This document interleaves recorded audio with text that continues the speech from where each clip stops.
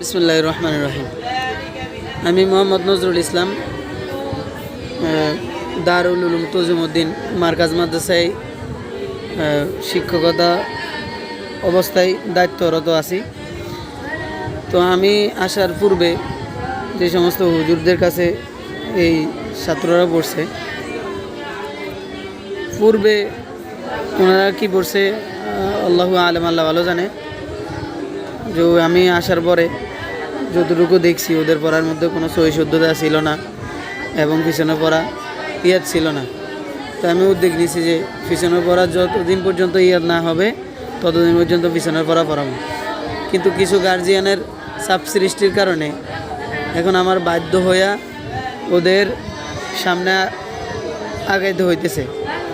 এই জন্য আমি ওদেরকে সবক দিতেছি এবং আমার কাছে যতটুকু সবক পড়বে ইনশাআল্লাহ আশা করি আল্লাহ